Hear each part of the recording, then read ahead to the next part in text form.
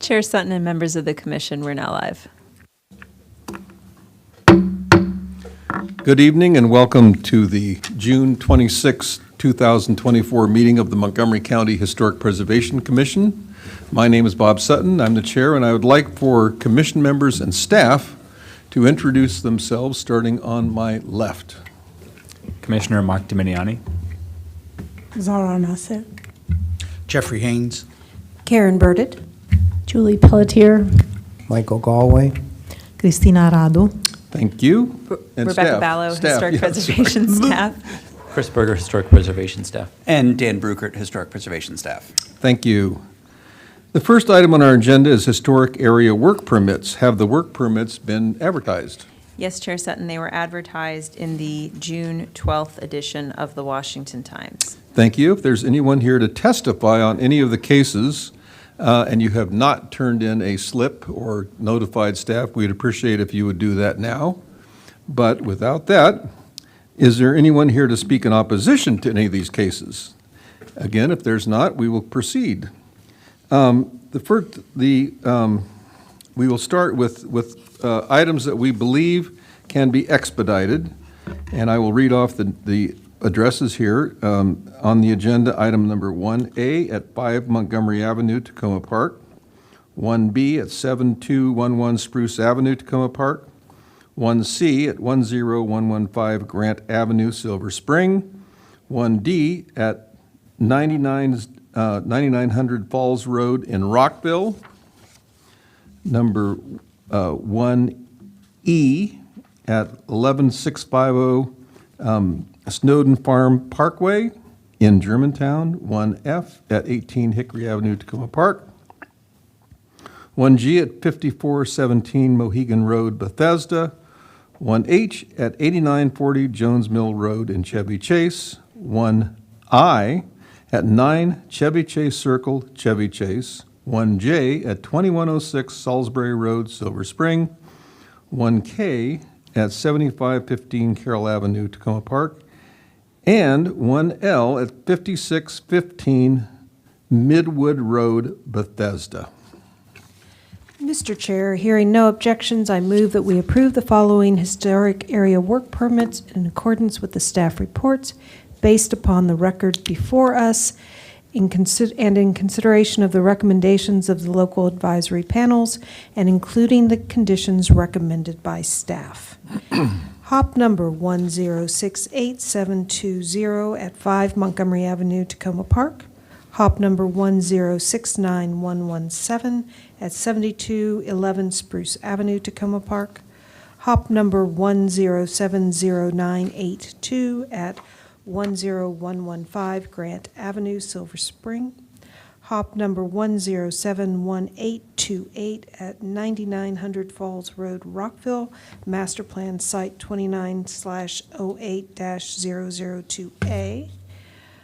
HOP number 1071724 at 11650 Snowden Farm Parkway, Master Plan Site number 13/19 Howes Farm. HOP number 1071352 at 18 Hickory Avenue, Tacoma Park.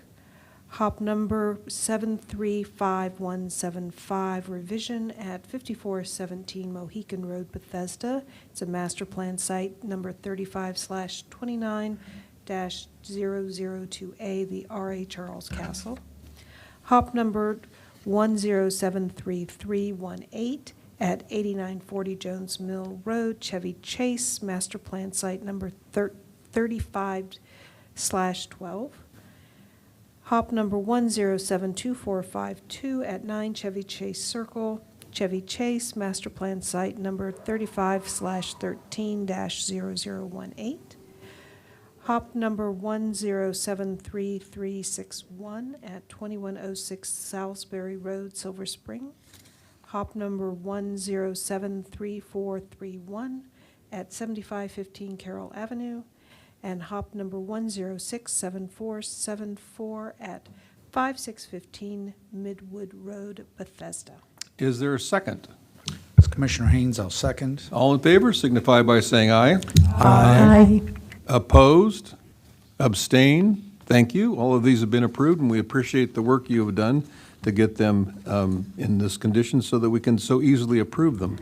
The next item on our agenda is preliminary consultations, and the first one that we will consider tonight is item number 2A at 15911 Redland Road in Durwood, which is the Durwood Store and Post Office. Is there a staff report? Yes, there is, Mr. Chair. This is a staff report for the Durwood Store and Post Office Master Plan site. It was constructed circa 1904, and it's an individually listed master plan site which was designated in 2021. Again, this is to be reviewed under Chapter 24A, the Secretary of the Interior Standards for Rehabilitation, and then other relevant master plan guidance.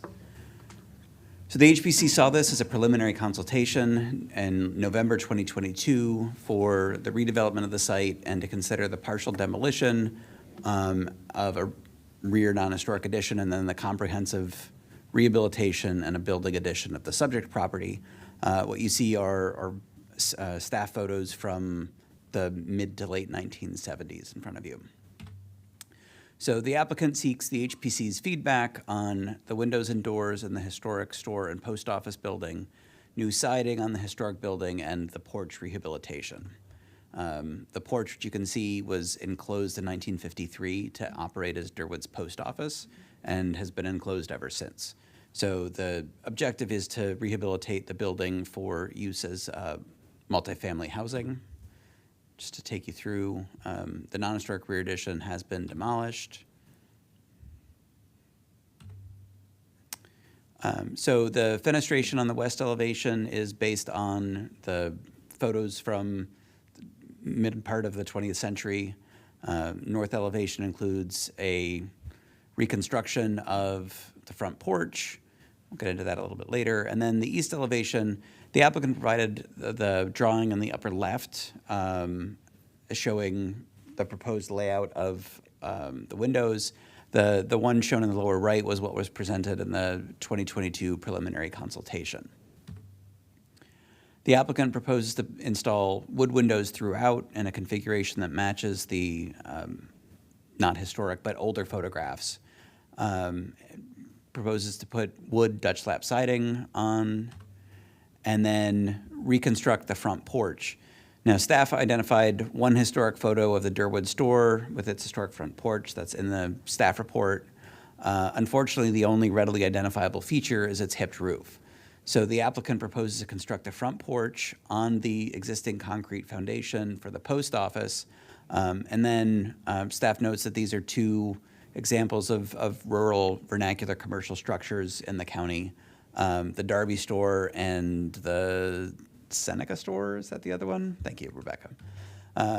So again, the proposed front porch will include a new standing seam metal roof.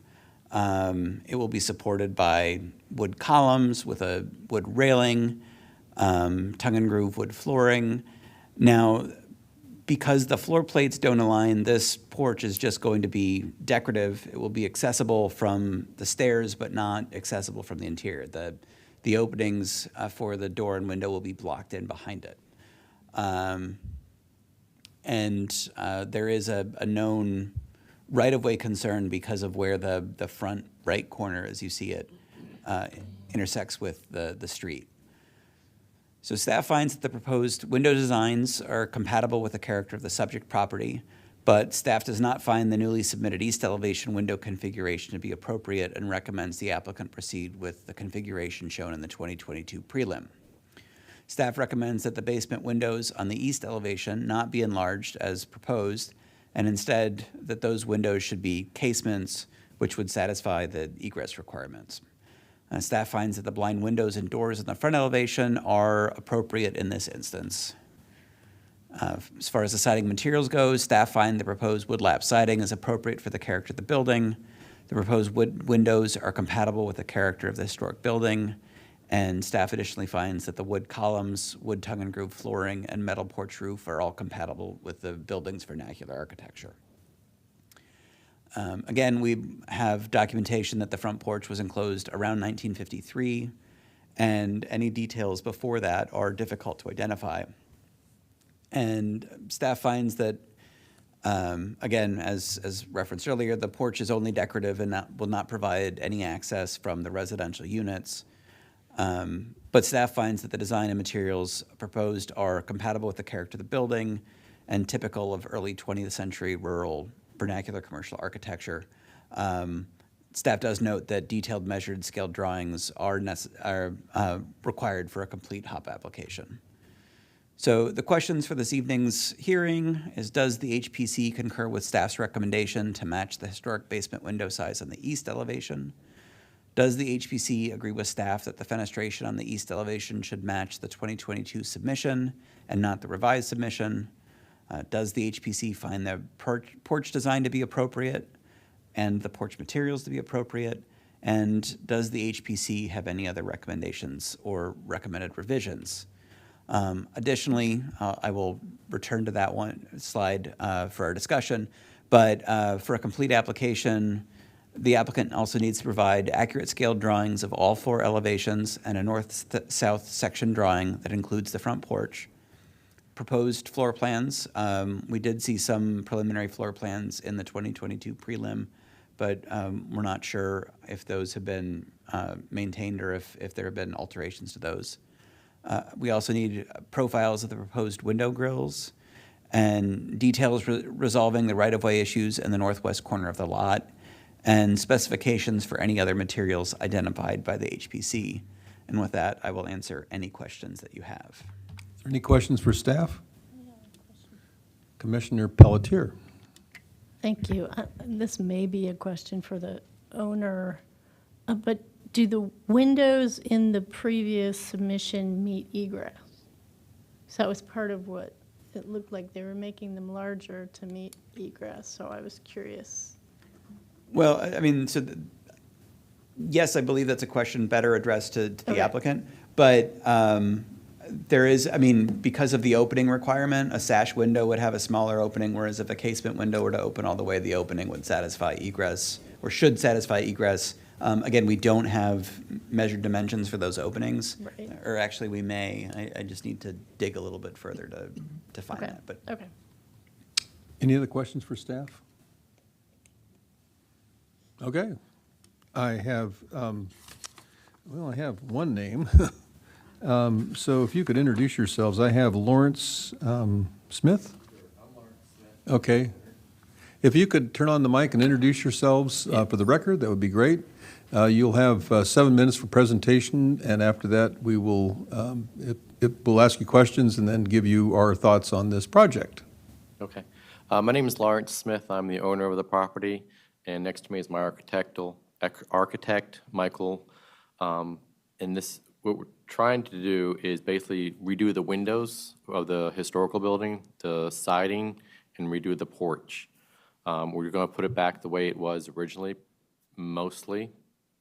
The one side seems to be contentious is the windows on the, as you're facing the building with the porch on the left-hand side, the egress windows, those are bedroom windows. From details from the staff, we'll go and put casement windows in there, and the casement windows will be generally the same size as the windows above it, so it all looks uniform. And the grills will be matched like a double hung window also. The porch, it looked like the post office was, well, first of all, the original porch was taken away, is demolished. The new porch, the new post office, they rebuilt it from the ground up. So there is no historical significance of that with the original porch. We'll go and put a porch back in like the drawings has, so it looks like it did back in the 1800s, I guess. The other part is the siding. The siding is a Dutch lap, German Dutch lap, and that's what was on the building ahead of time. And I'll let Michael, if he has any questions, he can say also. Good evening. Good evening. My name is Michael Gregg. I'm with 3G Architects. I'm here to support Lawrence and answer any questions, but I don't have anything new to offer other than the windows were sized to get the egress requirements.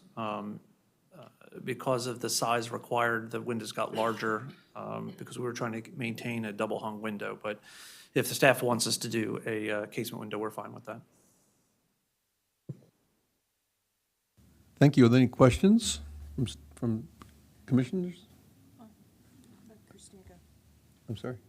Oh, Christine, Commissioner Radu, I'm sorry, Commissioner Radu. Thank you. I have a question regarding this east elevation. I mean, it seems like the pattern is different from the 2022. There are a different number of windows and sizes. But is there, I mean, now the entire elevation is boarded up. Can you tell from the interior what windows were there? On the east elevation, as you see in the bottom right of your screen, starting from left to right, we have a kitchen, which is why the windows are a little shorter. Then we have a laundry room, and then the pairs of windows on the right-hand side are both bedrooms. That was not my question. My understanding is that the elevation now is boarded up. It completely doesn't have windows, yes? Or Yes, it's everything, the whole building's boarded up right now. so all these windows, we don't know like what was the original configuration. They're all proposed windows original in kind, like what? Right, the original configuration actually had stairs going to the third floor, and that was the only access to the third floor. Those stairs have been taken off. So with approval from the staff, we were able to readjust the windows just on this one side. The other side, so all the windows are exactly the way they were, 100 years ago, same as the front. And I think some of the confusion with the two elevations, originally we had two different suggestions about the windows, either one big one or slightly two windows for the bedroom on the right-hand side. There are two windows that are a little separated, and then there's one window. We decided to go with, from what the staff before that we were here a couple of years ago, we're going to go just like on the left-hand side, the east elevation, the two double-hung windows together. That's what we're looking for right now, because we were just doing that as options when we were talking before with the on the right-hand side. That's why the windows are different patterns. Okay, thank you. Commissioner Burdett? My question is, in the new elevation, you're showing grills now in the windows as opposed to the 2022 windows don't have them, and on the west side, are you putting grills in as well? All the grills are going to match the original grills that were there. Like on the front is 2/2, I think, and on the sides are the 6/6. With the original photographs, what kind of windows were there? It's kind of hard to tell. There were double hung windows. Double hungs, but, okay, and I am seeing divided lights. Okay, thank you. Any other questions? Okay. So what we will do is we will start with the questions provided to us by staffs, and we will hopefully give you recommendations that will get this project to the point where you can submit a HOP and it will be approved. So anyone want to start off the discussion for this project?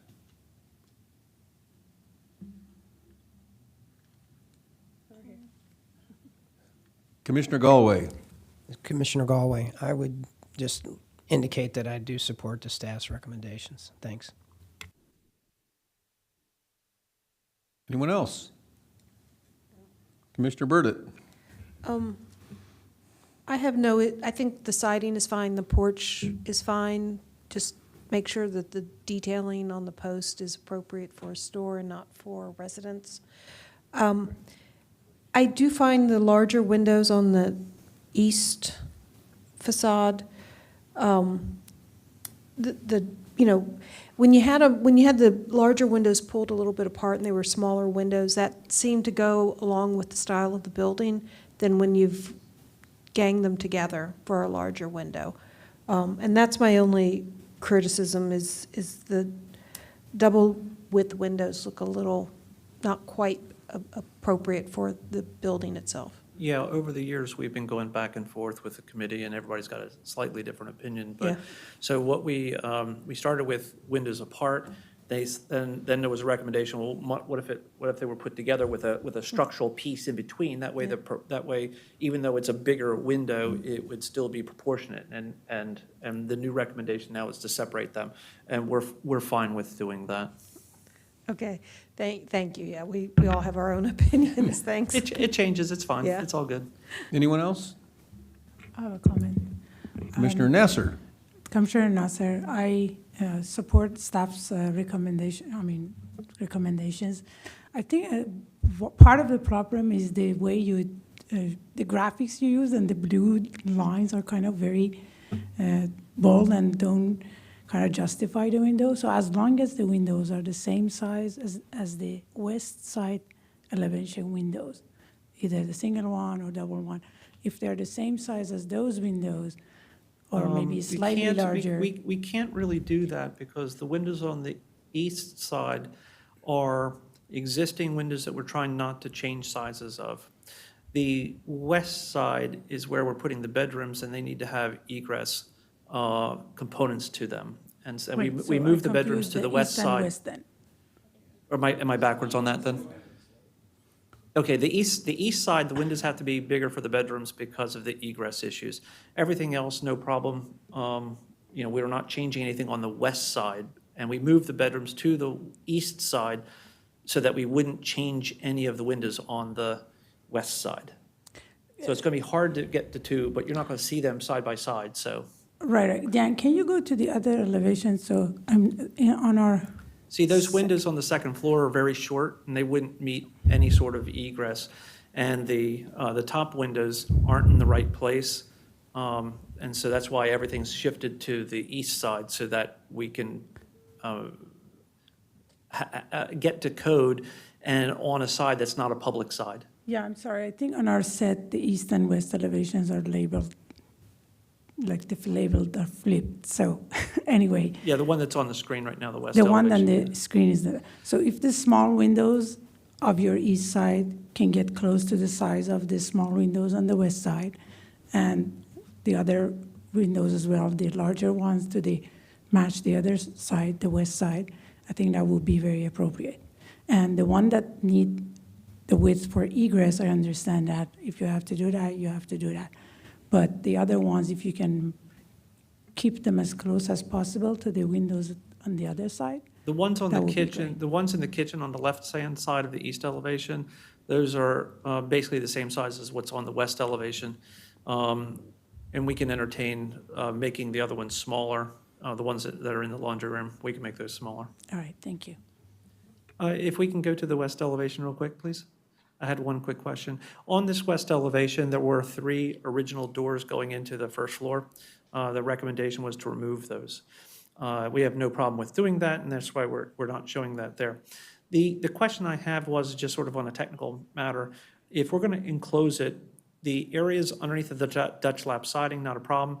But if we have to fill in the foundation work, which is the white area between the Dutch lap siding, that is stone foundation that's 2 feet thick, based 1800s foundation. If we're going to replace 3 locations, I would, we can fill this in with a number of different kinds of things. We can parge over some stuff. But I don't think we should be putting in field stone and concreting it up like we did in the 1800s. So I was just curious on your opinions on how the best way to proceed with that. Anyone? A question or an answer? Well, I had a question. Commissioner I have a Pelletier. question so I can answer the question. What is it now? Because it looks like from the old photos from the 70s, it looks like it's parged. It's basically a whitewashed stone. When they built it in the 1800s, right, they dug a pit, threw stones in it, threw some concrete on it, and then they whitewashed it. It's probably been parged at one point to keep the water out, but it's basically parged field stone. Well, are you planning on keeping the purging? Yes.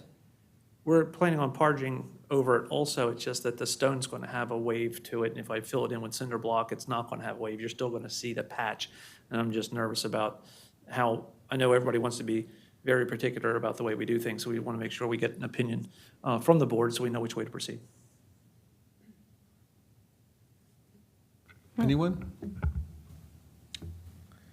This Commissioner Haynes? This is Commissioner Haynes. I think see the having stone. consistency in the parging is preferable, and it cannot be achieved by doing a stone veneer with CMU backups. I wouldn't ask you to build a 24-inch deep field stone Right, yeah. wall, but if we can get the texture of the Our, field our stone. intent was to try to trowel in something that had a little wave to it. I just want to make sure that we're as close Right. as what we can for you. Yeah, in my opinion, it would be that the final parging, that we can't see where the three doors are. So if that can be done with the parging technique, with CMU backup, I'd be fine with that. If we really need to have a stone veneer to achieve it with a CMU backup, that would be fine too, in my opinion. Okay, our intention is to match it as best we can. Okay. Anyone else? Thank you so much. All of our comments will be with staff if you want to follow up with them. And we look forward to this project coming to us shortly. Great, Thank thank you. you. Thank you. Our next preliminary is item 2B at 11650 Snowden Farm Parkway in Germantown. And is there a staff report? Yes, there is, Mr. Chair. This is property we've seen a couple of times before. It's House Farm Master Plan Site at 11650 Snowden Farm Parkway. The house itself was constructed in 1884 with modifications throughout the 20s. Most of the accessory buildings were constructed circa 1920 to 1930s and were modified as needed. Again, this is to be reviewed under 24A, the standards and relevant master plan guidance. Just a reminder, this is designated under criteria 1A as an excellent example of a family farm, for 2A for its Gothic Revival farmhouse, and then 2E as an established familiar feature in the community that was once dominated by family farms. So again, the building that we're talking about for this specific case is circled in red. It is a double-sided corn crib barn that had machine space added at a later date. This is a photo from I think 1989.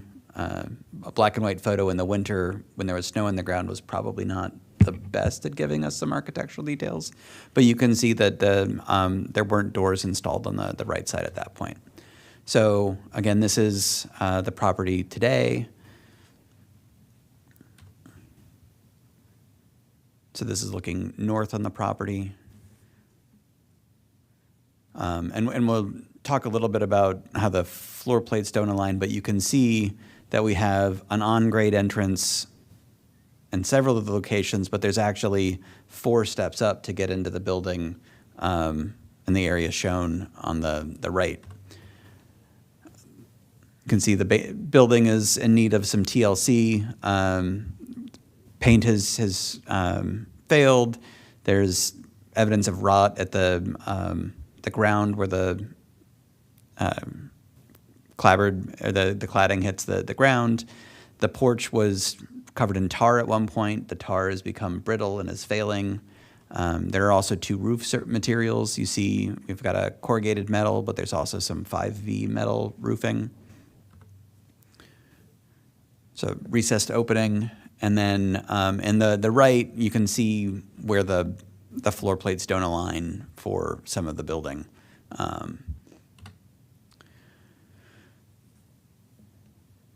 Then we've got some proposed elevations. So the objectives here are primarily to stabilize and address immediate structural issues. But then the applicant proposes to rehabilitate the barn to use as a community gathering space. That will include raising the head clearance at the east and west ends, replacing the existing roof, repairing and replacing and painting the existing siding, installing new windows and new doors.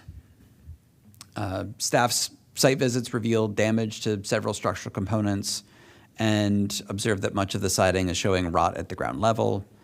As mentioned before, the roof is comprised of 2 different metal roofing materials and is deteriorating and should be replaced to protect the barn's long-term survival. The barn also has different floor levels, which makes adaptively reusing the space more challenging. And then the full extent of the changes proposed were not clearly laid out in the submitted materials, so we'd like to discuss that more fully. So the questions for the HPC are, does the HPC find that demolishing portions of the barn additions to raise the head height and profile appropriate? Does the HPC support the proposed window installation and whether additional glazing should be accommodated? Any recommendations of how best to modify the building to satisfy ADA access? And any other recommendations as future plans are developed.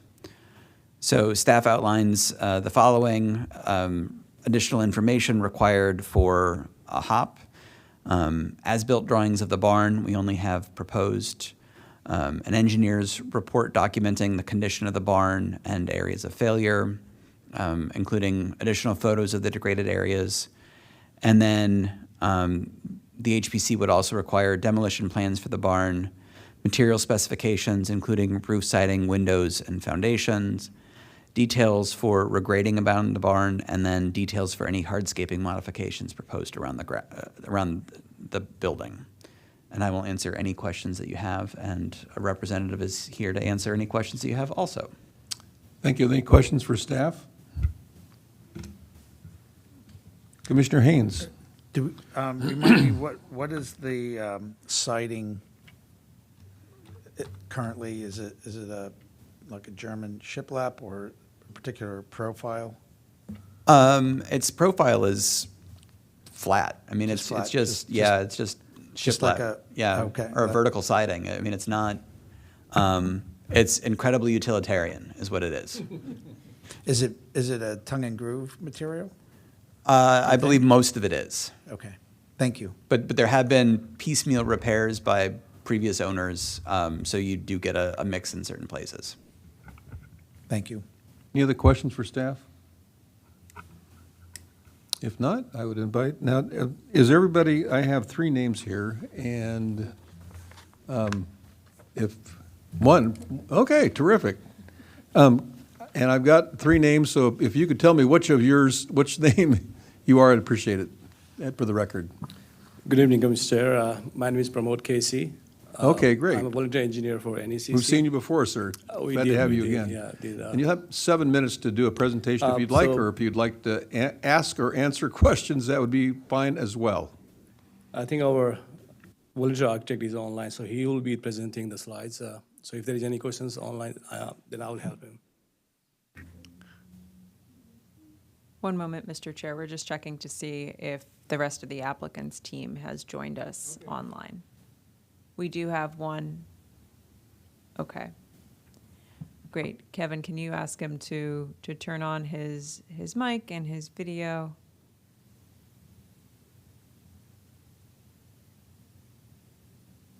Rajwal, can you hear me? Hi, good afternoon, everybody. Our volunteer engineer will be presenting. I am the president of the organization. Will be just listening and answering any question. Pramod, is Prashant online? Yes, I am. Thank you, Prashant.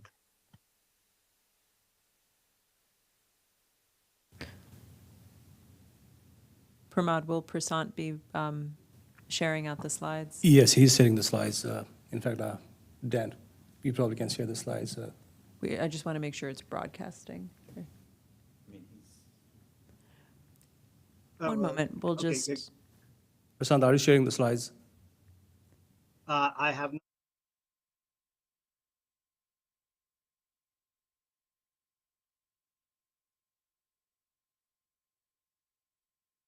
And for helping. I'm just today was really a lot of things came up, so No worries. sorry about that. I can share in like 2 seconds as soon as the files load up. No problem. All right. So we've just taken down the staff presentation. And whenever your slides are ready to go, you can share them out and we'll let you know when we can see them here in the auditorium.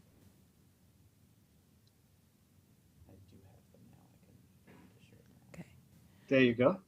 Can you see the slides? Yes, we can see the slides. All right. Thank you so much. Let me turn this thing off. Oh. Okay. Again, thank you, everyone. So what we're going to talk about today is what next plan is for historic renovation of the barn. First of all, I would like to introduce myself. I'm Prashant Gangal. I'm a volunteer architect for NEC, Nepal Education Culture Center. So the goal here is to do adaptive reuse and rebuild using the same materials in the same fashion. And we want to strengthen, after doing a couple of surveys and walking the site and looking at the property and living with the property for nearly a year and a half, we feel like we need to strengthen the foundation and have some structural renovation here. And so we want to we propose to preserve the barn architecture. However, we want to, as much as we want to maintain the structure, existing structure, we feel that we need to completely reconstruct it. And we will use this barn for our mission. It could be a gathering place, it could be a storage place, it could be educational place for NEC and his mission. And it will be, that use will be done only after the approval of our master plan. And what I'm showing is the existing front elevation of the barn and what we are proposing. So as you've seen this property multiple times, you know where the barn is located, next to our historic building. I am going to repeat myself. I know that you all know about this barn more than I do. This is based on the report that we got from the county.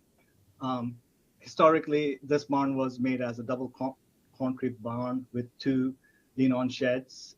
It was built, based on that report, it was built in 1930s. Then it got burned down by lightning in 1917 and it was rebuilt in late 1970s. Last 20 years, we've seen this structure been abandoned and neglected.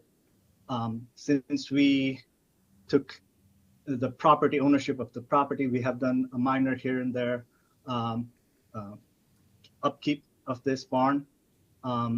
So currently it is used as a storage structure, but after walking the barn around and looking at the previous historic resemblance of other concrete barns, we feel like there has been a lot of few modification, alteration done before our ownership.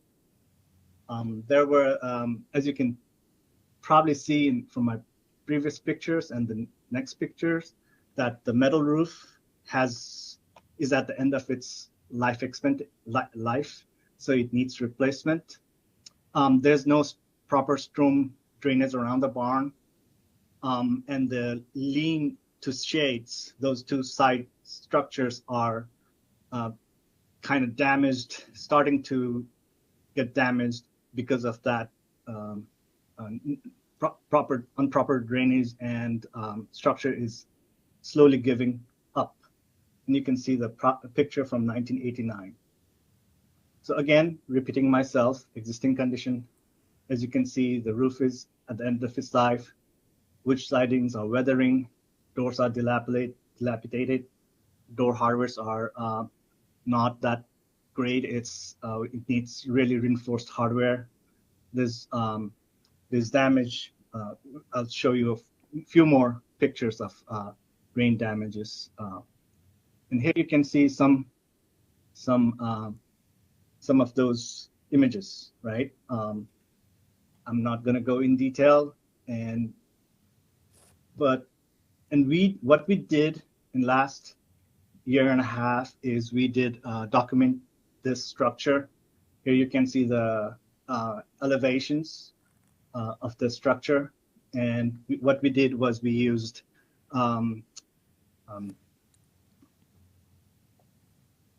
the computer scanning to do a photographic scanning of the interior and exterior to come up with this kind of with this image with these elevations. As you can see, the grades is inconsistent here, like it's really drastic. One thing I want to point out is that on the north side, seems like there was a lot of alteration when it comes to windows, and we see a remnants of the sliding door barn rail that was probably abandoned during the restoration, right? And those the new doors being added. Similar on the side elevations, what you would see is historically there was on this lean-to shed on the east side, we had 3 sliding barn doors, and then there was some alteration of a glazed window which did not have the resemblance of the single sash windows that we usually see in the barn. So that's what we noticed. And doing a little bit study on the barn architecture, we feel like as I used to work in a historic preservation back in Nepal at various historic sites, and we usually do based on the existing pictures and historic pictures and the architecture around the surroundings, we come in with the conjecture of what could have been the probable elevation or probable look of the structure that was originally intended. So based on that, we feel like the probably this was what was intended as the concrete barn. That's how it was built. Maybe those lean-to shades were added at the same time or as a future alteration. At the back, also it feels like the small door and the windows feels like that were later addition, looking into other similar barns in concrete barns that they have the sliding door, and the existence of this rail kind of gives us an impression of that there was probably a sliding door there. However, because of the constraint and what is there, we want to continue to rebuild this barn in the same elevation, same look as what it is there now. And there are a couple of things that we want to add, and we believe that it's not going to change the character of the building. One being, we want to add a glass door at the vestibule, the main entry, so that if we in future, once our master plan is approved and we add HVAC to the building, we can be energy conscious and save some energy by having a vestibule there. And then other thing we noticed is the doors, these swing doors in the barn on the shades. They are of different sizes. They are ranging from 11 feet, 8 feet, and 7 feet, 3 doors. And we are thinking about making it consistent. I don't think it will change the character of the barn. Making it consistent makes it easier for us to maintain it. And at the north side, this is one option to keep it as like make the elevation, the fenestration look in the same manner as what it is now, but just adding some character that would resemble barn architecture. So instead of having punched windows, fixed glazed windows, we'll have some kind of a sash windows with these mittens, mullions, and stuff like that. The other alternate depending on our funding, is to convert it into have at the north side, especially, to restore it back to a barn door, double barn door that could have been what was original intent of the barn, right? So this is speculative, and it all depends on the funding for us because of the amount of expense when it comes to a barn door and its hardware. But we would like to stick with this one if that's acceptable. Can On you, the sides, I'm sorry, this is Chair Sutton. Could you, you're a little bit over your time, but so if you could sort of bring it to a conclusion, that would be terrific. Thank you. okay, sounds good. Thank you. On the sides, we would just restore it as it looks. We are gonna change the existing that open window into a sash window, like typically to the barn. So this is how it looks. It will probably look once we renovate it. This is going to be phased. It's not like I don't think we'll be able to do the glass wall vestibule at this time. It will need some funding and it will need some donations, but that's what we are planning. And just a simple couple things about we're trying to do match the material that's going to be there. So that's it. Thank you. Thank you. Are there any questions? Commissioner Galway, and then Commissioner Radu. Commissioner Galway, it looks as there was one photograph that suggested that the shed roofs on either side may not be at the same pitch, and they may actually slope differently. But then your diagrams, you said in your existing conditions, it looks as though they're identical on the left and the right. I'm just curious, are they currently identical on both sides, or is there a different slope to the shed roofs on either side of the main barn structure? Yes, there's different slope because of the topography of the how it is located. I was fast in my deliberation before. This diagram shows that, as you can see, there are three parts of this building, the barn. And what we see inside is before this, when the barn was constructed, there was no concrete on grade. And after some times, they added concrete on grade.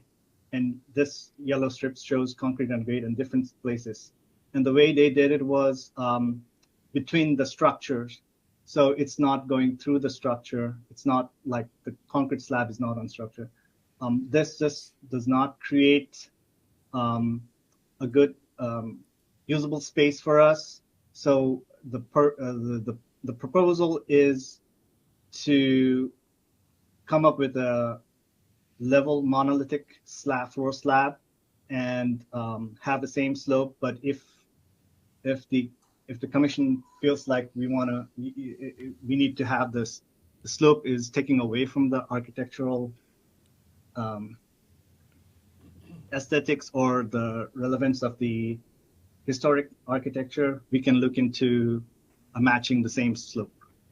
I've got some comments, but I'll hold those until it's appropriate. But actually, regarding the slope, I was really referring more to the roof, to the shed roofs themselves. And maybe a better way of asking the same question is the distance from the edge of the center barn to that post that you showed in your diagram, is that equal on both sides, or is one of the posts further away from the outside edge of the barn of the respective edge of the barn or side of the barn? They might be off by 6 inches, but they're okay. Yeah, they're relatively the same. Thank you. I don't have a floor plan right now. It's just might be off by 6 inches or 3 inches. Thank you. Commissioner Radu. Thank you. I have a few questions to ask because I think I'm not clear with what you're proposing because of some terminology I saw on the screen and you were referring to. Some you referred to like reconstructing, and Some other instances, you refer to adaptive reuse, and I see on the drawings also say restoration. So just to understand what is remaining inside, I mean, what are you trying to keep, or if anything, or if everything is being reconstructed? So what degree of intervention are you really proposing? So we will reuse the existing material to reclad. We use the structure inside, like structural posts that are inside. But as I mentioned earlier, we want to make the grade in one monolithic in one level.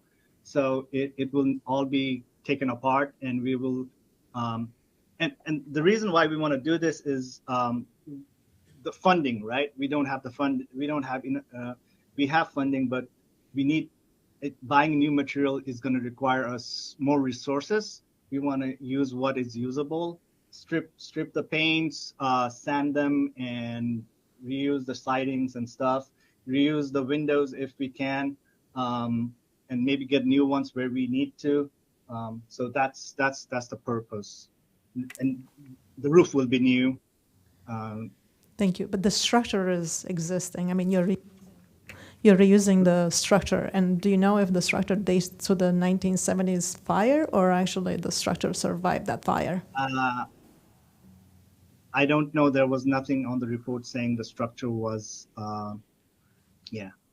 Okay, thank you. Structure was, yeah. Thank you. Commissioner Burdett? Kind of continuing with Commissioner Radu's comments, you are talking about taking the interior framing down and rebuilding it with the same framing once you get a new slab built. Is that what you're saying? Yes. Yes. Once the slab is built, we will use the interior framing as much as we can. There are some decays. We will not use that for sure. We will use the sidings. We will strip all of this apart, and wherever we can, we will use them.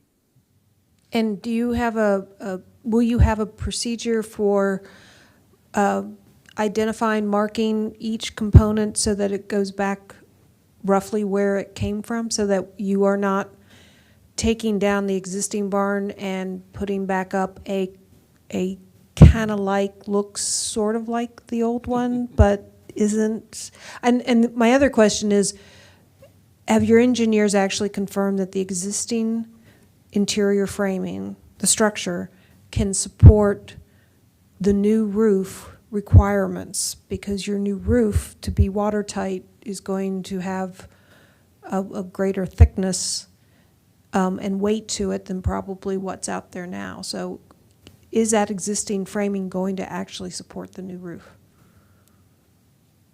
We don't have those reports yet. We are working with engineer to develop some of those drawings. At this moment, we don't have that. Okay, thank you. Commissioner Pelletier? Thank you. I'm looking at the section through the building, and there's those two long pop-ups, holding up, I guess, the original barn structure. And in the plan, those run all the way through the barn. Are you planning on keeping those? Or are you going to cut parts of them down so people can pass through the three? I'm just curious about, and I guess this has nothing to do with the exterior, but I'm curious how that is going to work out with the existing structure. We are gonna keep. So this is what you're asking about, if we're gonna keep them or not, right? No, the floor, where the floor pops up a couple of feet there in that zone and on the other side. Yeah. That will not serve our purpose, so that's why we will do a whole straight line like that. That will result in this moving up, and that results in this becoming exactly the same. Are you digging down to make that No, flat floor? we are not digging down. We are You're raising the raising it building. up. Okay. Yeah, digging down does not make sense to us How economically. far are you raising it up? A couple of feet? Less than 2 feet. And we'll have to regrade our anything surrounding our building. So that's why you're raising up the pitch of the roofs on either side? Yeah. I see. Okay. Yep. Okay, thank you. Anyone else? Okay, thank you so much. If you could pull. Thank you. Thank you. Thank you so much. Thank you. If you could pull up the questions that you had.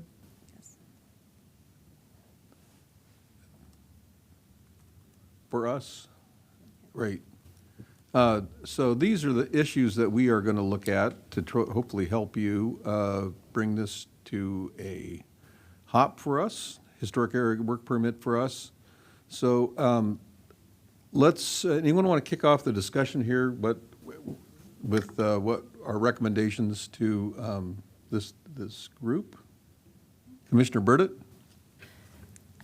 Okay, I'm going to basically think for a minute and talk while I'm thinking, but I'm kind of going down two paths. One path is a faithful, I appreciate why you need to dismantle it and rebuild it, because it was a barn, not the best structure, and it's old, and especially if it was built in the 70s, and it's falling apart already, then that means that the structure wasn't probably built that well back then.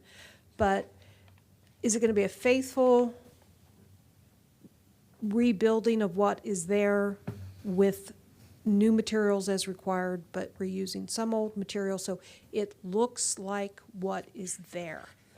Or is it going to be in the spirit of recreation of a historic barn with what will probably end up being mostly new materials and cleaned up so that it loses those elements, idiosyncratic elements that make a barn, because it's just kind of, they just happen. You know, barns just kind of get built the way they need to be built, and what is going to end up being there being a very polished version. And across the county, you can see examples of both ways it was done. You can see historic buildings that were restored very close to what they look like and adapted to modern uses. And then you can see buildings that look like historic buildings, where the historic building has been so rehabbed that it's a modern building, or it's a replacement building that harkens back to the older building. And I'm not sure which way you're really going to go, because it feels like you're talking about the historic kind, but I'm worried that what we're going to wind up seeing out there is the second kind, where it's more of a reference to a historic barn versus the actual rebuilding of the historic barn. So you're really reusing the historic barn. So I guess that's kind of where I am right now, and I'm not quite sure which is the better path, but I'd like to throw that out to my fellow commissioners, to see what they think about that. Commissioner Pelletier? Oh, I'm sorry. Commissioner Haynes? Thank you. You kind of made that a little more difficult for evaluation there, Commissioner. But I think that, one, I appreciate that you're taking this barn on and rehabbing it to benefit your organization, and particularly in the condition that it's in. It's going to take a lot of effort, so I applaud that you are taking this on. What I gathered from your presentation is that the functional necessity to create a one-level barn to serve your needs is necessary just from a pure function of use of space. I also gathered that you're looking to use as much of the original material in the rebuilding of the barn.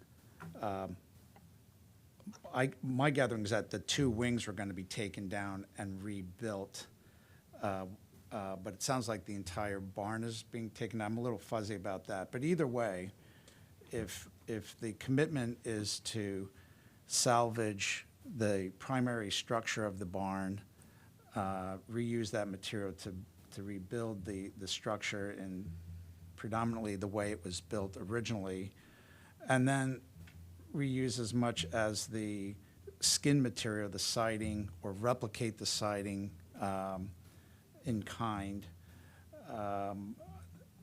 as well as if necessary, replicating doors and windows. You know, if 60% is reused material, then I would say it's an honest recreation of historic barn. And so that's kind of my position, is that I think it is reasonable to raise the roof to get the height that you need.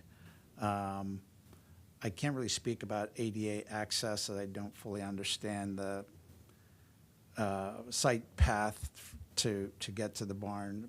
That can be addressed later. I do think using as many of the original windows as is practical, and then matching any new windows. I assume they're wood windows, probably not insulated glazing, so that's certainly not going to help your energy conservation program, but you will have to think about potentially insulating walls and ceilings and things like that to really make it a conditioned building. But overall, I support your direction, and would encourage you, as Commissioner Burdett was discussing, to use as much as the original material to rebuild the barn and have an honest reconstruction as much as practical. But otherwise, I support raising the roof, and you know, I generally support the direction that you're going. Anyone else? Commissioner Pelletier? Thanks. I generally concur with Commissioner Haynes, except I'm a little concerned about the roof, because I think the roof is the defining feature of this barn. And I don't think I realized from your submission how much you're raising up the sides. And I think I understand why you're doing it, but I guess my strategy would be, my preferred strategy would be to keep, if you have to rebuild it, so be it. But I think the form of the roof is very important, the form of the existing roof. And I feel like digging down to get the level floor that you need would be a better strategy for preserving the massing and the general form of the barn, which I think is its defining feature. So I have a little concern about raising the pitch of the roof on either side. I think that could potentially negatively affect the current look of the barn. But the windows, I'm all for the glazing and trying to get ADA access. I also think digging down might be an easier way to get ADA access. You wouldn't have it to be ramp up, you know, to your entry. I like the glass intervention in the big opening. I think that could be very cool. And reusing all the materials that you can, I think, is great. It's a really great barn. I think it could be a great space. I'm just concerned about the roof form. So that would be my minor heartburn on this project. But Thank you. Anyone else? Commissioner Radu? Thank you. I agree with the Commissioner Pelletier. I mean, changing the slope of the roof. When I think of a barn, I'm thinking of a structure that can withstand like hundreds of years, and the skin just being one thickness board, maybe that's what the farmer would have replaced on a more regular base. So I'm not too concerned about the skin of the building, if you will. But changing the roof will involve changing the structure, so that I'm a little concerned about that. But about the skin, I'm okay changing the little changes you're proposing. I saw in some of the photographs, I mean, when you think of hardware, I mean, think of the details that were really for a barn. Seems like there were some Dutch doors, like a separate leaves. I mean, at least to have a little bit of the detail that an old barn would have had. Thank you. Commissioner Galway. This is Commissioner Galway. I can't believe as an engineer I'm going to say this.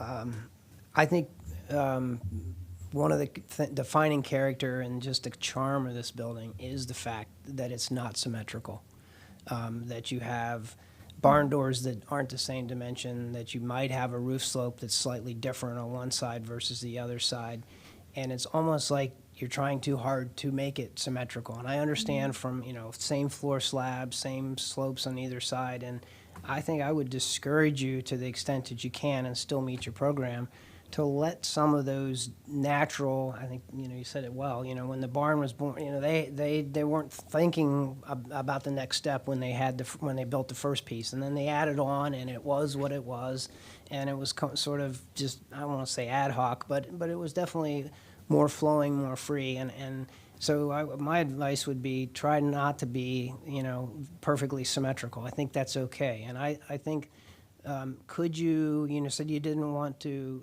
lower the slab, and I understand there could be issues with that, extending the structure and so forth, but I would say take a second look at that. Could you lower the slab and maintain the profile outside and still satisfy your ADA?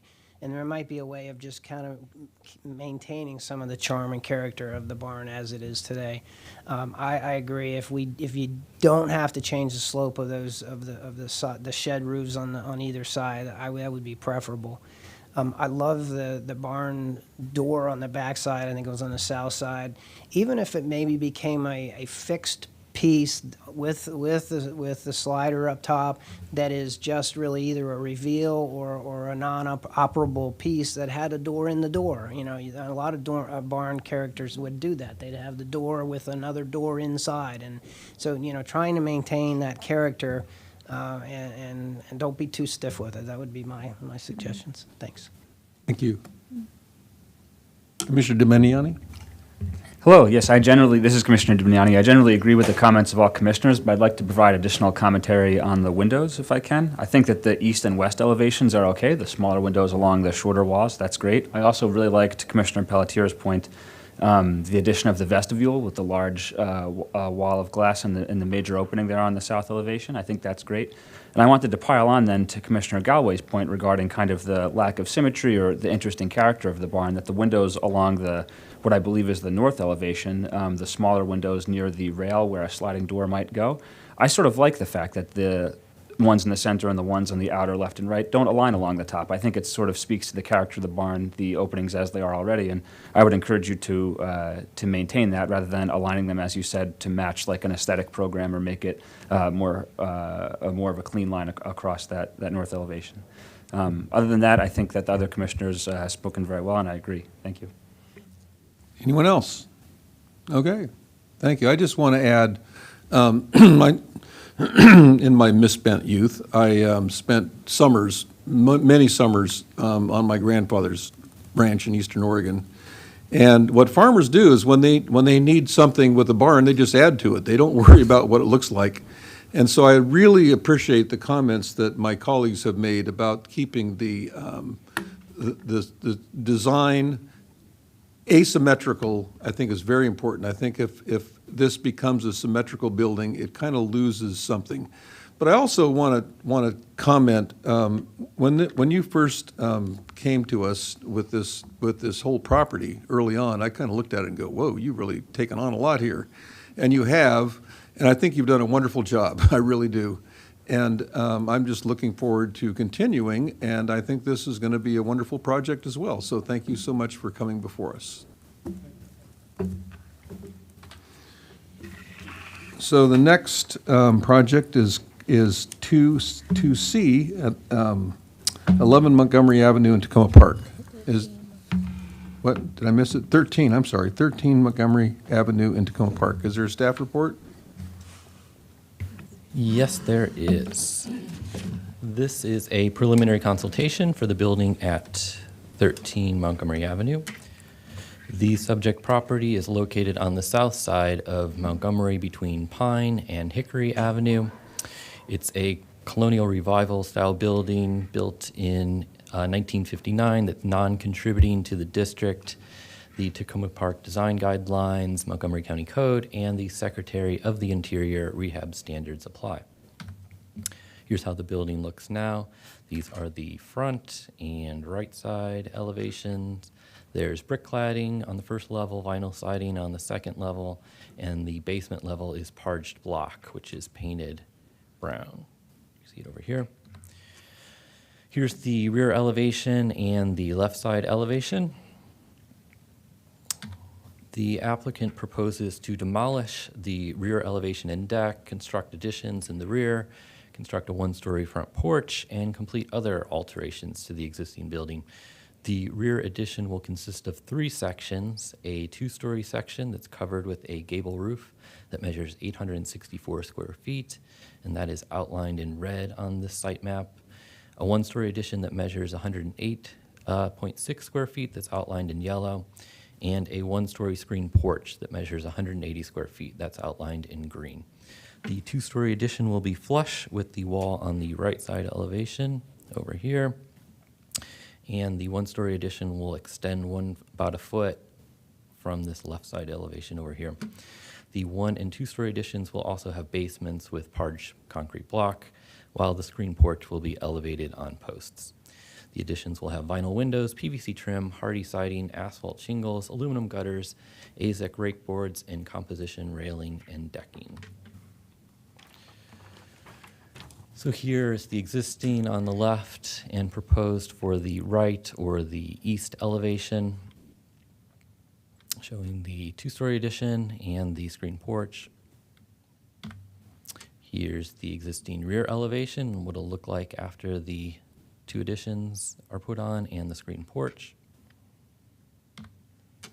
And here's the proposed left side elevation, and also the west elevation. And then here's the additions on the back and the screen porch.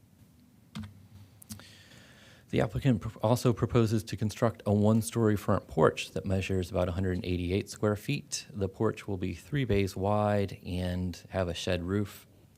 Materials will be PVC wrap columns, asphalt shingles, hardy siding, AZEK rake boards, and composite railing and decking.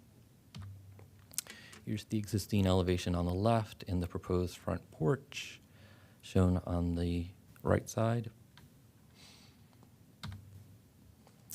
So on the existing building, the applicant proposes to replace the vinyl siding with horizontal hardy siding with the 7-inch reveal, replace the trim with 4-inch PVC, and install a PVC fascia.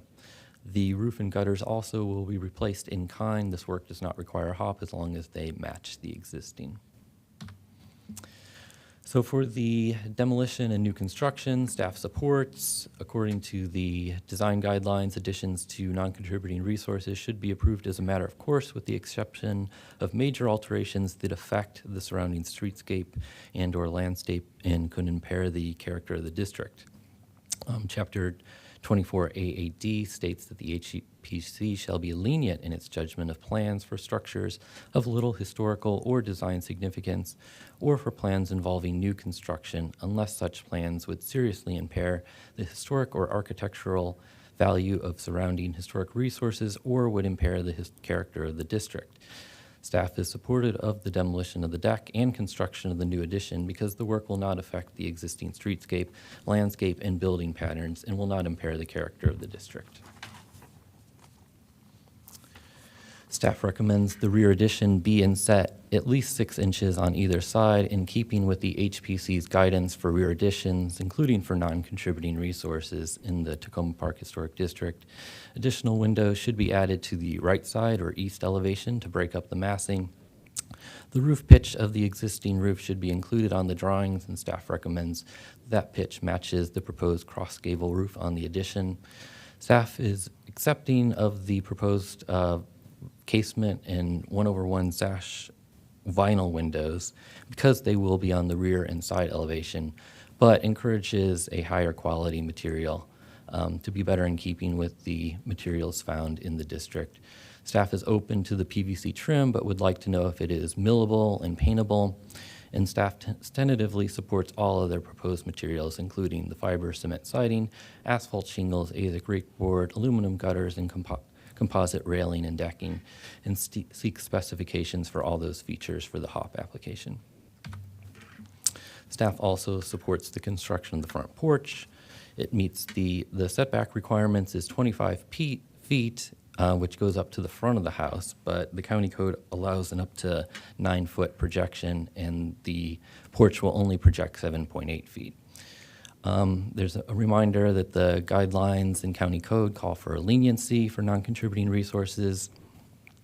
Staff finds that the front porch is well designed and will be compatible in character to the historic district, where front porches of a similar location, design, and size are prevalent. Staff is open to the PVC wrap columns, but seeks specifications for those and also specifications for the railing. And staff supports the composite decking as long as the applicant selects decking that meets the HPC's recently adopted policy. Staff also supports the alterations to the building. Again, the guidelines in county code call for leniency unless the character of the district will be affected. Staff at this time supports all the proposed changes to the existing building, including replacement of the vinyl siding with hardy, replacement of the trim with PVC, and replacement of the fascia with PVC, but would like specifications for the HOP application. These are a list of items to be included in the HOP application. We'd like keynotes on each drawing, add the roof pitch, label the roof materials, inset the rear addition at least 6 inches on each side, label the materials, provide a door and window schedule, show the HVAC pad location on the site plan, label the materials of the porch, piers, treads and risers, stairways, and posts holding up the screen porch, show and label the downspouts, provide spec sheets, and provide the Tacoma Park Tree Impact Assessment and Protection Plan.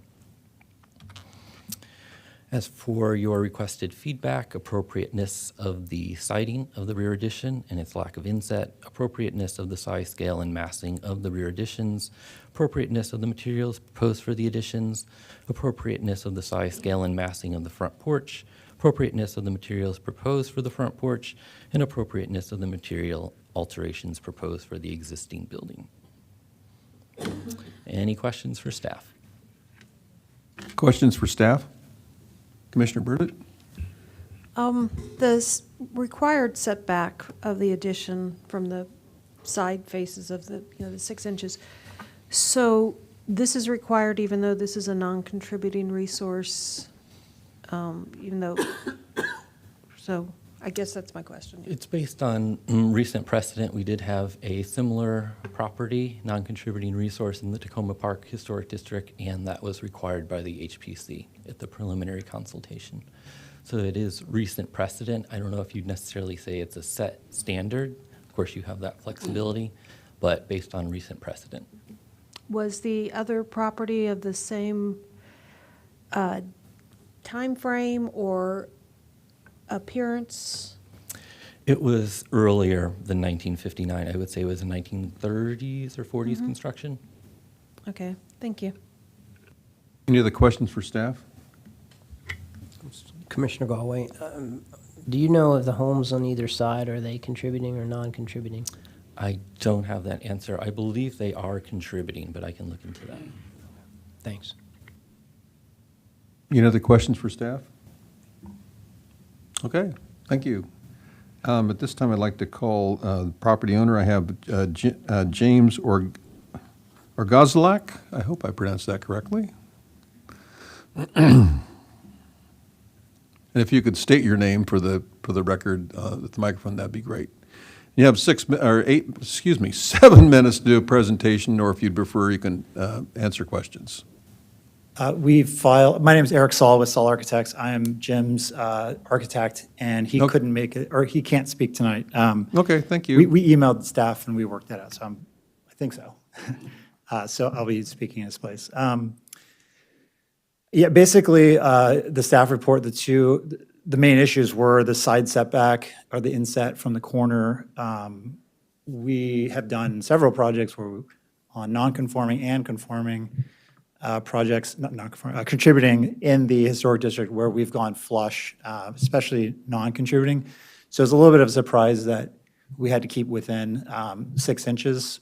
We would like to go flush because it's not a super wide house. It's kind of narrow. And at the top of the stairs in the back, I don't know if you want to flash to the floor plan of the second floor, the way you enter the back, there's not a whole lot of room on that side to fit in a bathroom and a closet. So to move in 6 inches it wouldn't be a great bathroom for a master suite. So we would like to use the precedent where we have been allowed to go flush on a non-contributing house in this instance as well. And in terms of going beyond the side, on the left side of the site plan, several times we've been approved on contributing houses where we can go off the side. Examples would be 402 Tulip Avenue. I did that one 8 years ago. 514 Philadelphia. It wasn't me, but Bennett Frank McCarthy did that. They went off the side like 12 feet.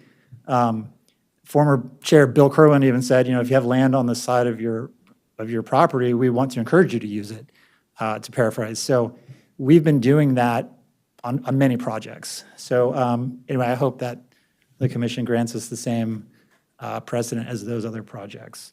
All materials are millable and paintable, all the PVC products. AZEK is the most common brand. You can totally paint it, and it's great. Mill it, you can make shapes with it. Let's see, what are some of the other questions? Going back to the inset, I think the term was like significantly impair neighbors. We don't believe that going flush off the side will do that. On each side of the property, it is contributing, or both properties are contributing houses, and they have additions that are flush with the house. I don't know when they were done or if the commission approved them, but so I don't see how this one would significantly impair the two neighbors from having the exact same condition. Even the house across the street facing this house goes out about 8 to 10 feet past into the side of the house as well. So we think we're keeping in line with the neighborhood. We're improving this property very gratefully, especially the porch. You can see how beautiful the existing front elevation is. We think we're doing a good job in providing this addition. Thank you. Any questions? Commissioner Haynes. Was the second story original to the house, or was this a pop the top on a Cape Cod house? This is an original 1950-something house, yeah. There's examples of these houses all over Tacoma Park. Okay, thanks. Other questions? Okay. If not, if you could pull the questions for us up, we will try to answer them.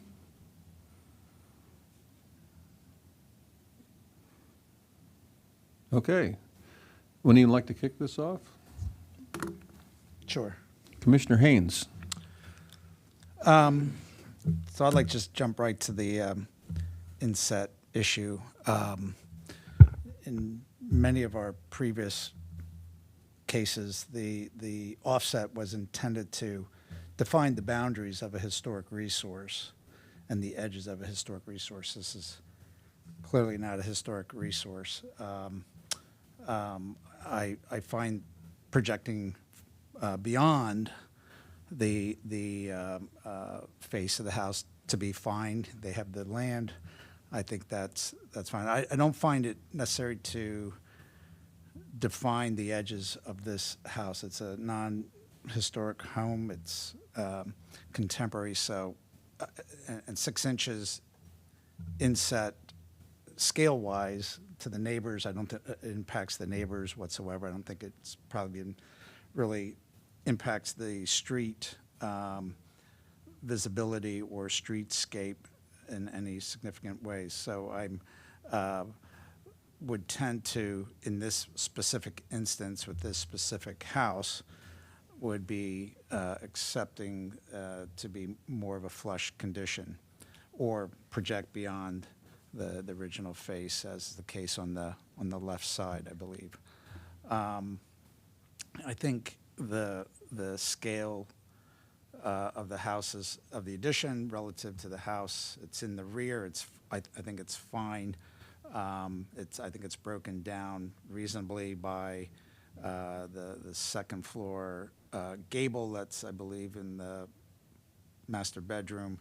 The scale of the screen porch helps to also mitigate the addition size. I don't think probably from the street you'll really be able to sense this addition in its full size. So I think it's reasonable scale-wise. I am fine with the various materials proposed for the AZAC railings, deckings, rake boards, the hardy siding.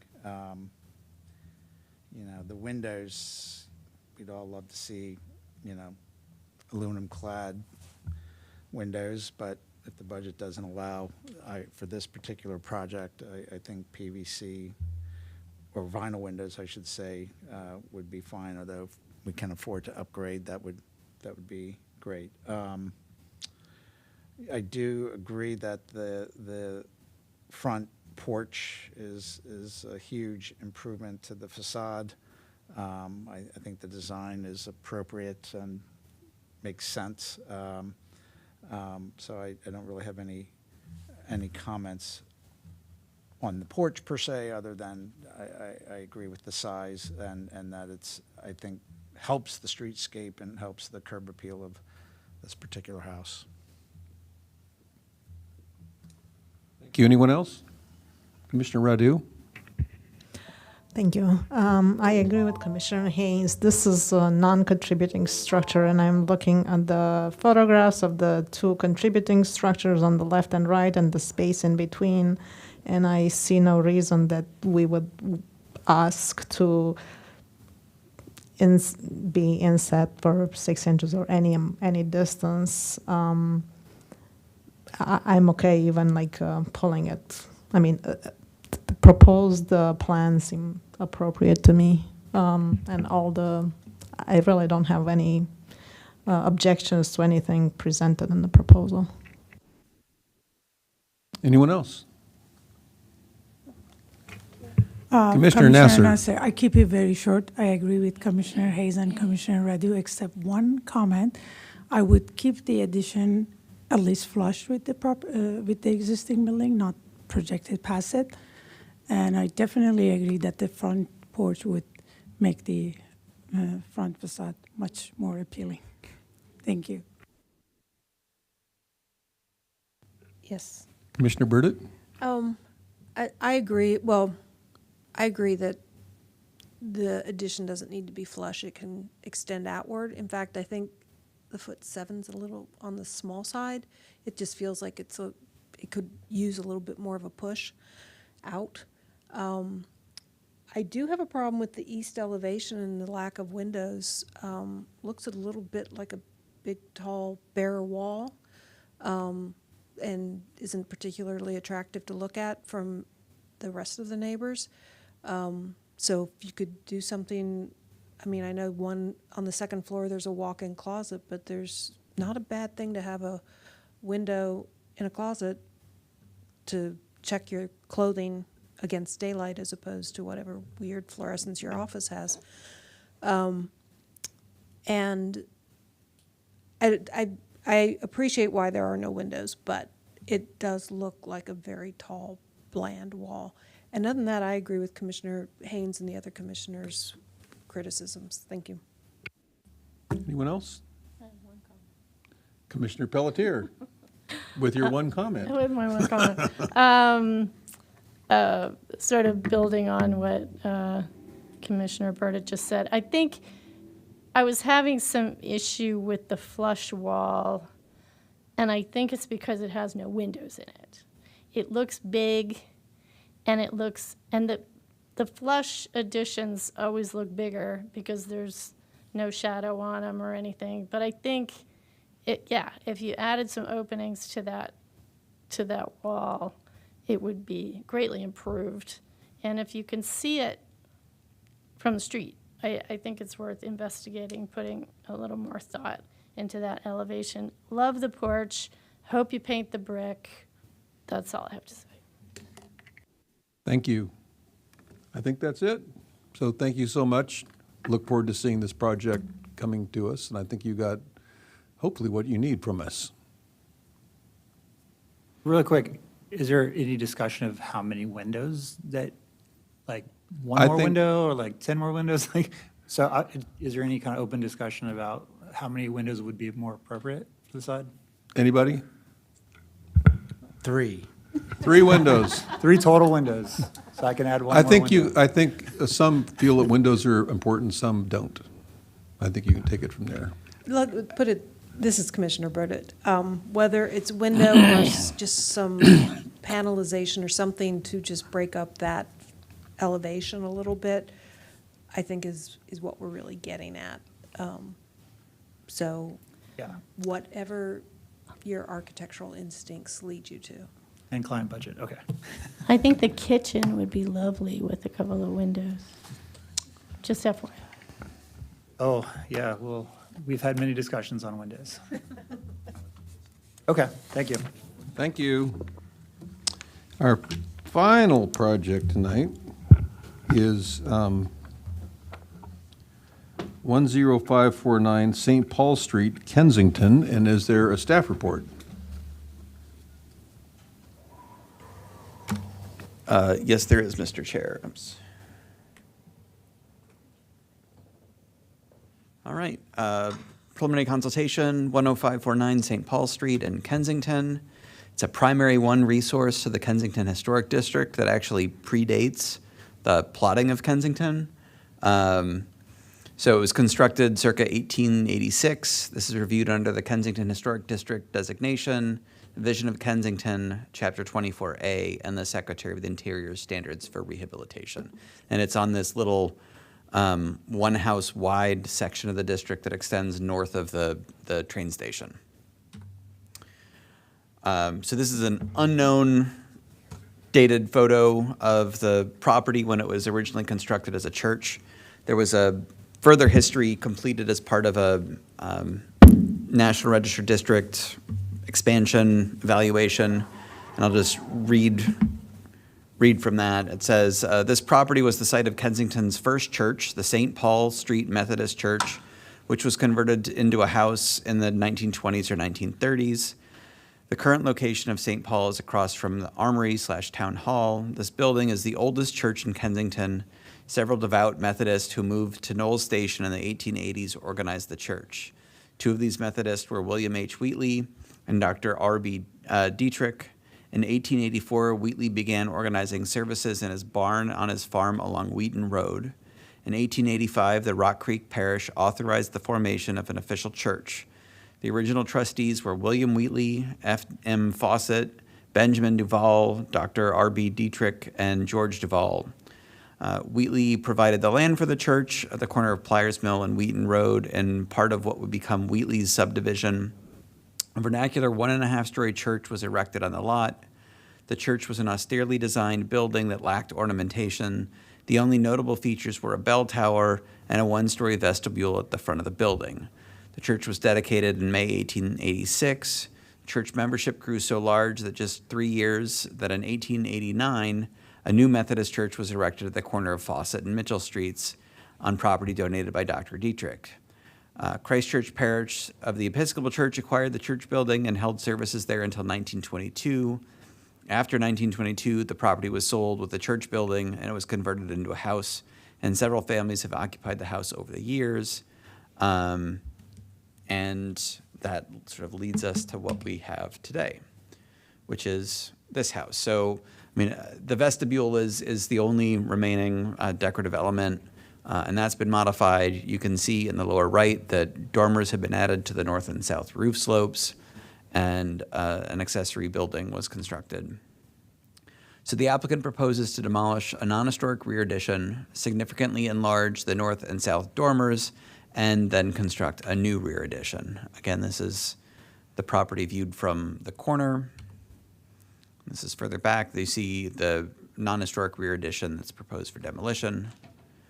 And then existing left elevation in the lower right with the proposed in the upper left with the expanded dormers. And then the rear elevation here showing the removal of the asymmetrical rear gable addition with a new gable addition and small rear porch. And then the roof plan and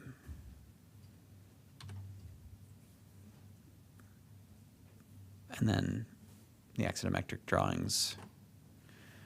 So staff finds the existing rear addition is not historic and its removal will not detract from the character of the property or the surrounding district. Staff finds the dormers are not original features and were added after the building was converted from a church to a single-family house.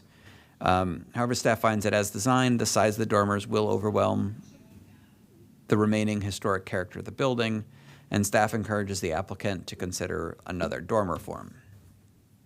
Staff finds the size of the proposed rear addition, which is 16 by 22, will not overwhelm the historic building, and that the inset is appropriate to separate the new construction from the proposed addition. Staff finds the materials to be compatible with the character of the historic building and the surrounding districts, and notes that there are a few examples of standing seam metal roofs in the Kensington Historic District, but finds that the modest roof size will have less of a visual impact on the character of the surrounding district, and that this material change will help to differentiate the old construction from the new. So staff requests the HPC feedback on the appropriateness of the dormer size and form, any other dormer revisions recommended by the HPC, the appropriateness of the addition size and placement, whether a standing seam metal roof is an appropriate material, and any other rear addition recommended revisions. And I have floor plans to refer to if you would like. And with that, I will answer any questions. Any questions for staff? Okay.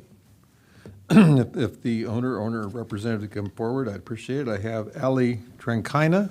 I don't know if I pronounced that correctly, but if you could come forward, that would be great.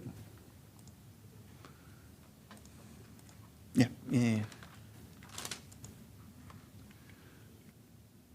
And if you could state your names, hopefully, if I didn't botch them up too badly, for the record, that would be wonderful. Thank you.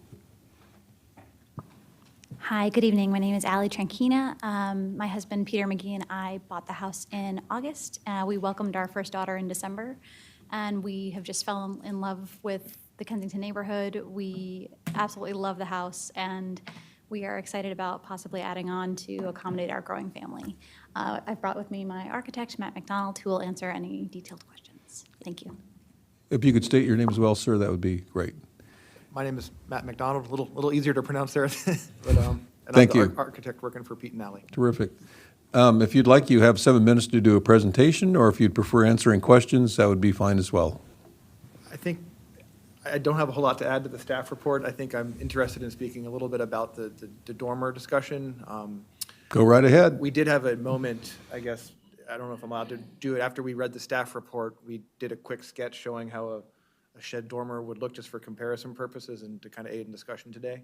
I don't know if that came through in time to bring that up, but I think it's kind of worth looking at. Our original design kind of came with the intent of trying to sort of pay respect to the current dormer configuration. I think it gives a little more visual interest than the shed dormer, but I'm open to, obviously we're here for feedback and discussion. And the metal roof, to Dan's point, that we probably open to going back to a shingle just in terms of cost as well, as we're kind of just starting the design process and getting quotes from contractors early on. So that may go away in its own. Thank you. Anything else? I think I'm just listen to your feedback on the dormers, and then we can kind of take it from there, I think. Okay. Anyone like to kick off the discussion? Or ask questions, I guess. Anyone like to ask questions?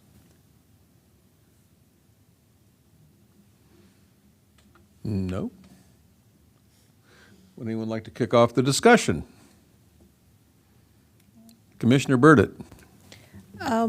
Well, I think it's great that this little house, prior church is still there, still being loved and used all this time later. And happy to see the very bizarre rear addition being removed and replaced with something more sensible.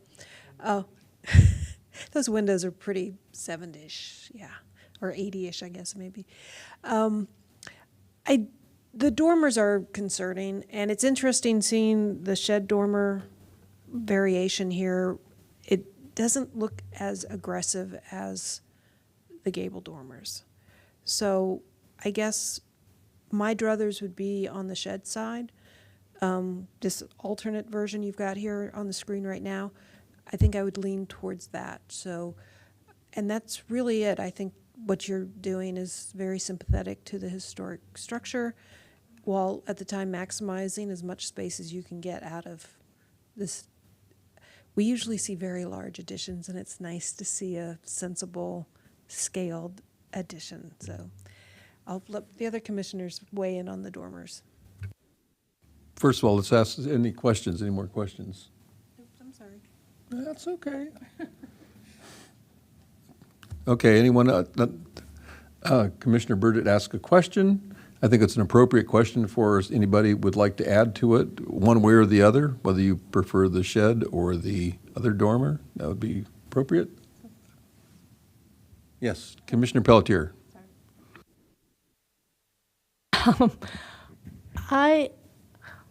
I think the shed dormer, the big shed dormer, is okay, but I thought the double gable, there's something really fussy, like it's a little over-designed, but I like paying homage to the gable that was there before, and I like the difference in the gables between the historic house and the new addition. I think that little addition is lovely, the way that it is.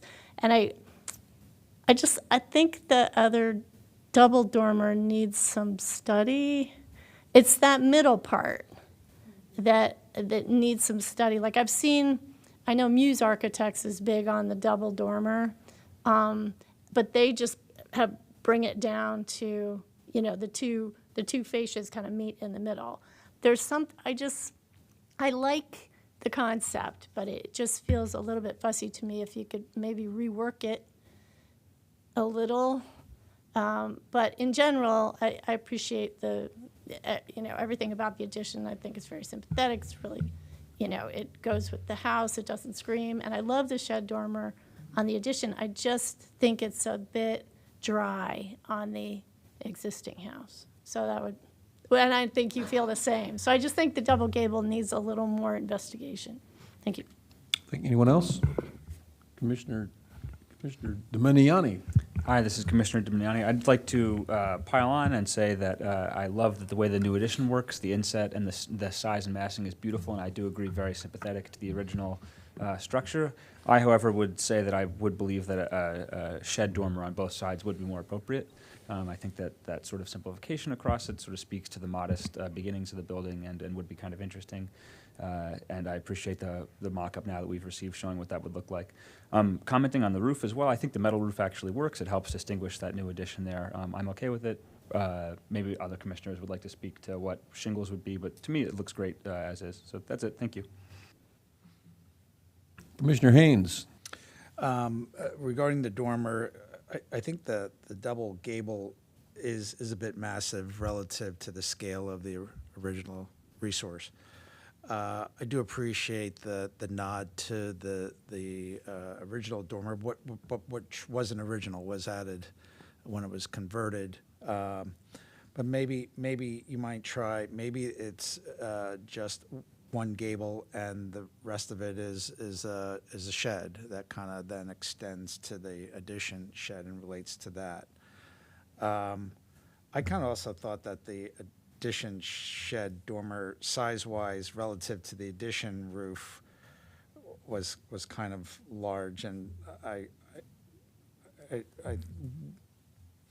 I would be okay with it the way it is, but I might look at that and just scale it down a little bit. I know you're trying to capture room in the bedroom there, but it does feel to me that that dormer, that new shed dormer on the new addition is a bit overscaled for the addition. But otherwise, I generally support, I think it's very well done, very well scaled. I'm sure we can solve the dormer issue. So, good work. Thank you. I think one thing I did like about the original dormer design we had is it sort of kept the front elevation almost the same as we had it now with from that angle. I think we can look at some other options to discuss that. I think, if I'm understanding correctly, the concept for the dormer is something we can work with, which I think is important to Ally and Pete, just to give them a little more room in the house. I know it's funny listening to your comments on the scale of the addition dormer. If we subtly made that addition slightly longer, maybe a foot to kind of keep that, because I think that's, as you noted, we were trying to keep the dormer width something, it was kind of a balancing act, because, right now, the entire, the dormer out to out is probably just, we measured as the studs, but 9'9". So getting much smaller, you kind of lose your functional space there. So proportionally, I think we could maybe push back the addition a hair. As one solution to kind of help with the proportion there. Yeah, I think if you took, 8 inches off that dormer, that would help the scale from the outside without losing functionality inside. I'm assuming the bed goes as you come through the door, the bed's in front of you. Yeah, That's the way you would. Yeah, the bed would be on that back wall. Right, and yeah. so those kind of dormer wings, if you will, are maybe a desk area, maybe a seating area, or Yeah, dressing. with the geometries of the structure, is just, we needed to do the dormers just to get any sort of real functional space, which is kind of where that came Right. from. Yep. Understood. Yeah, it's all good. Anyone else? Commissioner Galway. This is Commissioner Galway. I can generally accept the project moving forward. I think you've done a nice job. I, too, am a little bit not certain about the double gable, and maybe one thought is the piece in the middle, maybe it gets pulled back a little as a reveal just by 6-8 inches or something just to break it up.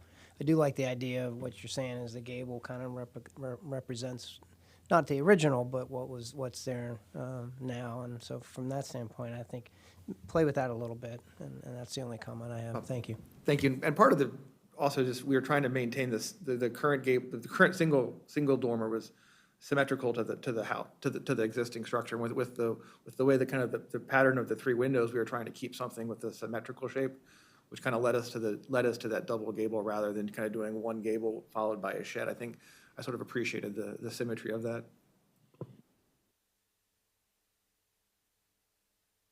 Anyone else? Okay. Thank you. I hope that, what's that? Commissioner Radu. Oh, I'm sorry. I didn't see your light there. Sorry. Thank you. I think I'm leaning toward the shed roof, but I would entertain, a variation of what you have. It just seems like the original roof, didn't have any dormers, but I think what I'm looking is like not to overwhelm it. I mean, as it is a little overwhelming, the existing roof. So whatever you can do to reduce it a little bit. But other than that, thank you. Supportive of this. Sorry about that. Anyone else? I personally prefer the shed dormer. I'm okay with the gable dormer, but I think the shed dormer, especially on the addition, makes it look like it's an addition rather than part of the original structure. And I know that the dormers were not a part of the original structure, but I think it just shows sort of an evolution of the property, and that's what I would prefer. But I don't feel strongly about it. So thank you so much. Look forward to seeing this project soon. Okay. We do not have any tax projects tonight. We have 2 minutes from the last 2 meetings. I was not there, so I would like for someone else who has read them to make a motion on the 2 meeting minutes. This is Commissioner Rado. I make a motion to approve the minutes as presented. Is for there the a 2 second? meetings. This is Commissioner Burdett. I second the motion. All in favor? Aye. Thank you. Are there any commission items, staff items? 2 staff items, Chair Sutton. One, well, we discussed both of these in the work session. Now that we have the approved policy on porch decking and flooring materials, staff will upload that final policy to your board book, so look for that change. We also have the Tasty Diner case coming to the planning board on July the 18th. The commission wrote a letter to the planning board about it earlier in the year, but this is also an opportunity for the commission to come and to give testimony and to answer any questions from the planning board. I think at this case, it might be particularly useful. So if whoever is available for that day can just let the staff know, and we can get you signed up to come and testify at the planning board. And we'll know the time of day probably about a week, 10 days out from that hearing, so we can plan better for that. And that's my last update. Anything I have else? a question. Sorry, this is Commissioner Rado. About the policy, you said it's going to get uploaded for resource, under resources. Is that just for the commission, or all applicants will have access to it? We are also going to post it on our website, on our design guidelines page, where we also have the solar panel policy. So it will be publicly available. Thank you. And I would like to congratulate our team that worked on this. I think you did a terrific job. I think it'll be very, very helpful. And you put a lot of extra work into it, and I appreciate that. So thank you. And with that, we're adjourned.